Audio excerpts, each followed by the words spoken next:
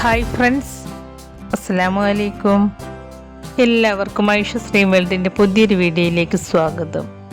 Bread വെച്ചിട്ട് ചെയ്യാൻ പറ്റുന്ന നല്ല ടേസ്റ്റി ആയിട്ടുള്ള ഒരു ഈവനിങ് സ്നാക്കിൻ്റെ റെസിപ്പിയുമായിട്ടാണ് ഞാൻ ഇന്ന് വന്നിട്ടുള്ളത്. അപ്പോൾ നമ്മൾ ഇന്ന് ഇവിടെ ഉണ്ടാക്കുന്നത് ഒരു ബ്രെഡ് ബോക്സാണ്. വളരെ എളുപ്പത്തിൽ ഉണ്ടാക്കിയെടുക്കാൻ പറ്റുന്ന ഒട്ടും തന്നെ എണ്ണ കുടിക്കാതെയുള്ളൊരു നല്ലൊരു സ്നാക്കാണിത്. അപ്പോൾ ബ്രെഡ് ബോക്സ് ഉണ്ടാക്കാനായിട്ട് നമുക്ക് ആദ്യം തന്നെ ഈ ബ്രെഡിൻ്റെ ഉള്ളിൽ വെക്കാനുള്ള ഫില്ലിങ് തയ്യാറാക്കിയെടുക്കാം. അതിനായിട്ട് ഒരു കടായി അടുപ്പത്ത് വെച്ച് അതിലേക്ക് കുറച്ച് വെളിച്ചെണ്ണ ഒഴിച്ചു കൊടുക്കുന്നുണ്ട്. എണ്ണ ചൂടായിട്ട് വരുമ്പോൾ 2 മീഡിയം സൈസിലുള്ള സവാള കട്ട് ചെയ്തത് ചേർത്ത് കൊടുക്കുക. ഈ സവാള പെട്ടെന്ന് വഴന്നു വരാൻ വേണ്ടിയിട്ട് ഇതിലേക്ക് കുറച്ച് ഉപ്പ് ചേർത്ത് കൊടുക്കുന്നുണ്ട്. ഉപ്പ് ചേർത്ത് കൊടുത്തതിന് ശേഷം സവാള നന്നായിട്ടൊന്ന് വഴറ്റിയെടുക്കുക. ഇപ്പോൾ സവാള നല്ല സോഫ്റ്റായിട്ട് വെന്ത് കിട്ടിയിട്ടുണ്ട്. ഇനി ഇതിലേക്ക് ഇഞ്ചിയും വെളുത്തുള്ളിയും ചതച്ചത് ചേർത്ത് കൊടുക്കുക. ഇഞ്ചിയും വെളുത്തുള്ളിയും ചേർത്ത് കൊടുത്തതിന് ശേഷം അതിൻ്റെ ആ റോ ടേസ്റ്റ് പോകുന്നത് വരെ നന്നായിട്ടൊന്ന് വഴറ്റിയെടുക്കുക.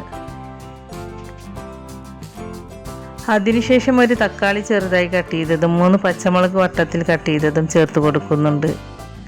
തക്കാളി ചേർത്ത് കൊടുത്തതിന് ശേഷം തക്കാളി നല്ല സോഫ്റ്റായി വെന്ത് വരുന്നത് വരെ വേവിച്ചെടുക്കുക.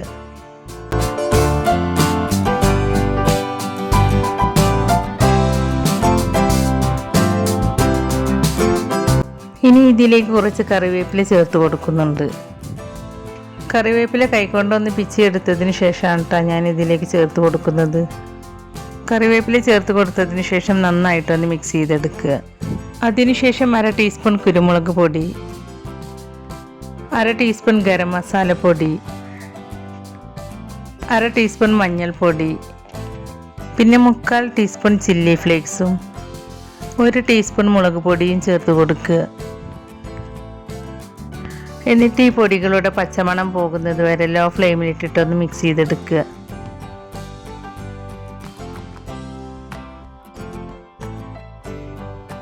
അതിനുശേഷം ഉപ്പും കുരുമുളക് പൊടിയും ചേർത്ത് വേവിച്ചെടുത്ത് ചിക്കൻ മിക്സിയുടെ ജാറിലിട്ട് ചെറുതായിട്ടൊന്ന് ക്രഷ് ചെയ്തതിന് ശേഷം അതും ഈ മസാലയിലേക്ക് ചേർത്ത് കൊടുക്കുന്നുണ്ട്. നിങ്ങൾക്ക് വേണമെങ്കിൽ ചിക്കന് പകരം കോഴിമുട്ട പുഴുങ്ങിയെടുത്തിട്ട് അത് ഗ്രേറ്റ് ചെയ്തെടുത്തതിന് ശേഷം ഇതിലേക്ക് ചേർത്ത് കൊടുക്കാവുന്നതാണ്.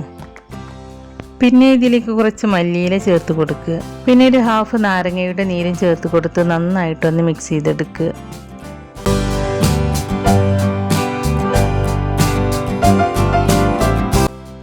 ഇപ്പം ഞാനിത് നന്നായിട്ടൊന്ന് മിക്സ് ചെയ്തെടുത്തിട്ടുണ്ട്. ഇത്രയും മതി. ഇനി നമുക്ക് ഫ്ലെയിം ഓഫ് ചെയ്യാം.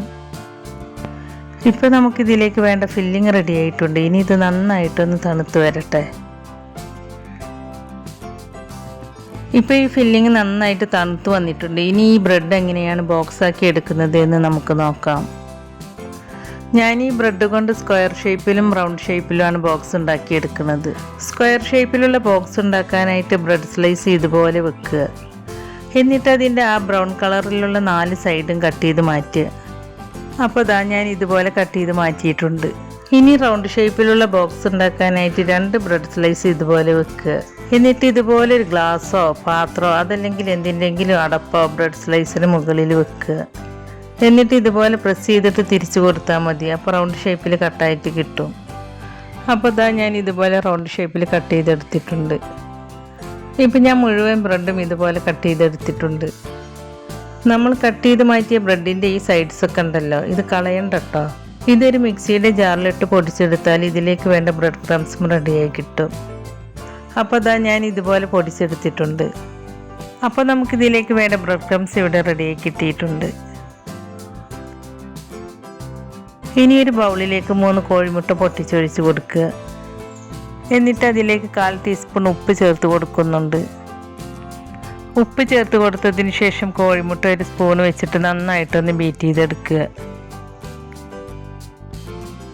അതിനുശേഷം ഈ കോഴിമുട്ടയിലേക്ക് 3 ടീസ്പൂൺ മൈദപ്പൊടി ചേർത്ത് കൊടുത്ത് ഒട്ടും കട്ടയില്ലാതെ നന്നായിട്ടൊന്ന് മിക്സ് ചെയ്തെടുക്കുക.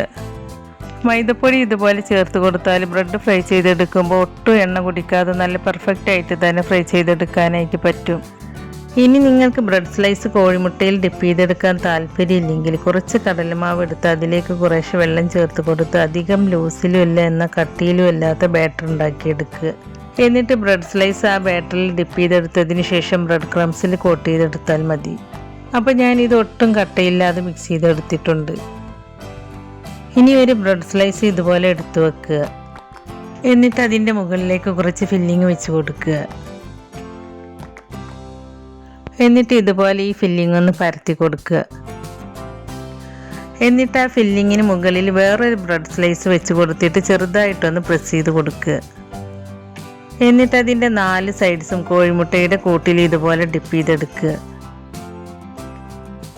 അതിനുശേഷം ബ്രെഡ് ക്രംസിൽ നന്നായിട്ട് കോട്ട് ചെയ്തെടുക്കുക. ബ്രെഡ് ക്രംസ് ഇതിന് മുകളിൽ പിടിക്കുന്നില്ലെങ്കിൽ കൈകൊണ്ട് ഇതുപോലെ നന്നായിട്ടൊന്ന് പിടിപ്പിച്ചെടുത്താൽ മതി. കോഴിമുട്ടയുടെ കൂട്ട് ബ്രെഡിൻ്റെ എല്ലാ ഭാഗത്തും ആവണട്ടോ, എന്നാലേ ബ്രെഡ് ക്രംസ് ഇതുപോലെ പിടിച്ച് കിട്ടുള്ളൂ. ഇപ്പോൾ ഈ ബ്രെഡിൻ്റെ സൈഡിലൊക്കെ ബ്രെഡ് ക്രംസ് നന്നായിട്ട് കോട്ടായി കിട്ടിയിട്ടുണ്ട്.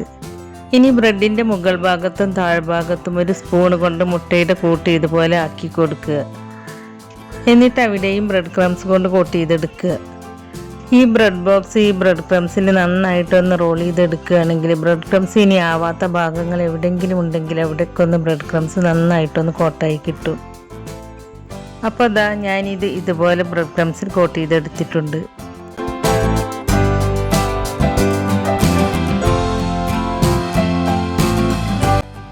ഇനി നമുക്ക് റൗണ്ട് ഷേപ്പിൽ കട്ട് ചെയ്തെടുത്തതും ഇതുപോലെ ചെയ്തെടുക്കാം. നിങ്ങൾക്ക് വേണമെങ്കിൽ ഫില്ലിങ് വെച്ച് കൊടുത്തതിന് ശേഷം അതിന് മുകളിൽ ചീസ് ഉണ്ടെങ്കിൽ ചീസും വെച്ച് കൊടുക്കാവുന്നതാണ്. ചീസ് വെച്ച് കൊടുക്കുകയാണെങ്കിൽ നല്ലൊരു ടേസ്റ്റാണ്. പിന്നെ അതുപോലെ കുട്ടികൾക്കും അത് ഒരുപാട് ഇഷ്ടമാവും.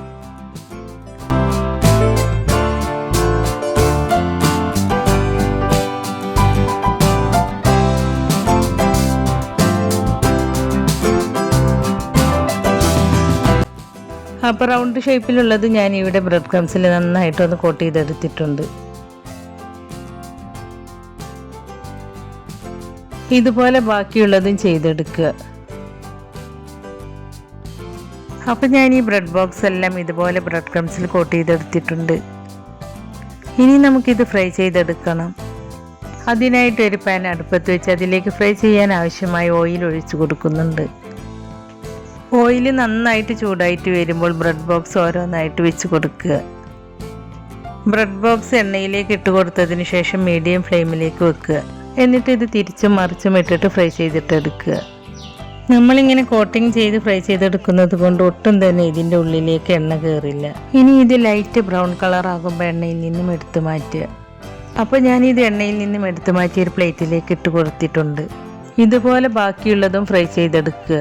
ഇനി നിങ്ങളെടുക്കുന്ന ബ്രെഡ് സാൻഡ്വിച്ച് ബ്രെഡൊക്കെ ആണെങ്കിൽ അത് സ്ക്വയർ ഷേപ്പിൽ 4ആയിട്ട് കട്ട് ചെയ്തെടുത്തിട്ട് ഉണ്ടാക്കിയെടുത്താൽ മതി. റൗണ്ട് ഷേപ്പിലുള്ളതാണെങ്കിൽ അതിൻ്റെ സെൻറ്ററിലൊന്ന് കട്ട് ചെയ്തിട്ട് ഉണ്ടാക്കിയെടുത്താൽ മതി. പിന്നെ നിങ്ങൾക്കിത് ട്രയാങ്കിൾ ഷേപ്പിലും ഉണ്ടാക്കിയെടുക്കാവുന്നതാണ്. ഞാനെടുത്ത ബ്രെഡ് ചെറുതായതുകൊണ്ടാണ് അതിൻ്റെ സെൻറ്ററിലൊന്ന് കട്ട് ചെയ്യാതെ അതുപോലെ തന്നെ ഉണ്ടാക്കിയെടുത്തത്. അപ്പോൾ ബ്രെഡ് ബോക്സ് ഉണ്ടാക്കുന്നത് നിങ്ങൾക്കിതിൽ ഏത് രീതിയിലാണോ ഇഷ്ടമുള്ളത് വെച്ചാൽ അതുപോലെ ഉണ്ടാക്കിയെടുക്കുക കേട്ടോ. അപ്പോൾ ഞാനിത് മുഴുവനും ഇവിടെ ഫ്രൈ ചെയ്തെടുത്തിട്ടുണ്ട്. അപ്പോൾ വളരെ ടേസ്റ്റി ആയിട്ടുള്ള ബ്രെഡ് ബോക്സ് ഇവിടെ റെഡിയായി കിട്ടിയിട്ടുണ്ട്. ഇതിൻ്റെ പുറമെ നല്ല ക്രിസ്പിയും ഉള്ളിൽ നല്ല സോഫ്റ്റുമാണ്. അതുപോലെ കഴിക്കാനും നല്ല ടേസ്റ്റാണ്. ഉണ്ടാക്കിയെടുക്കാനും വളരെ എളുപ്പമാണ്. അപ്പോൾ വളരെ ടേസ്റ്റി ആയിട്ടുള്ള ഈ ബ്രെഡ് ബോക്സ് നിങ്ങളെല്ലാവരും ഒന്ന് ഉണ്ടാക്കി നോക്കണം. എന്നിട്ട് അതിൻ്റെ ഫീഡ്ബാക്ക് നമ്മുടെ കമൻറ്റ് ബോക്സിൽ എഴുതി അറിയിക്കാനും മറക്കരുത്. അപ്പോൾ നിങ്ങൾക്ക് ഇന്നത്തെ എൻ്റെ ഈ വീഡിയോ ഇഷ്ടമായിട്ടുണ്ടെങ്കിൽ ലൈക്ക് ചെയ്യുകയും നിങ്ങളുടെ ഫ്രണ്ട്സിനും ഫാമിലിയിലേക്കൊക്കെ ഒന്ന് ഷെയർ ചെയ്ത് കൊടുക്കുകയും അതുപോലെ ചാനൽ സബ്സ്ക്രൈബ് ചെയ്യാതെ പുതുതായി ആരെങ്കിലും കാണുന്നവരുണ്ടെങ്കിൽ ഒന്ന് സബ്സ്ക്രൈബ് ചെയ്ത് സപ്പോർട്ട് ചെയ്യുകയും ചെയ്യണേ. സബ്സ്ക്രൈബ് ചെയ്യുമ്പോൾ കൂടെ കാണുന്ന ബെല്ലൈക്കണിൽ ക്ലിക്ക് ചെയ്ത് അതിൽ ആളെന്ന ഓപ്ഷൻ തന്നെ എനേബിൾ ചെയ്ത് വെക്കുകയാണെങ്കിൽ ഞാൻ പുതിയ റെസിപ്പീസ് അപ്ലോഡ് ചെയ്യുമ്പോൾ അതിൻ്റെ നോട്ടിഫിക്കേഷൻ നിങ്ങൾക്ക് കിട്ടുന്നതാണ്. ഇൻഷാ അല്ലാഹ് പുതിയ റെസിപ്പീസുമായി വീണ്ടും വരാം. താങ്ക്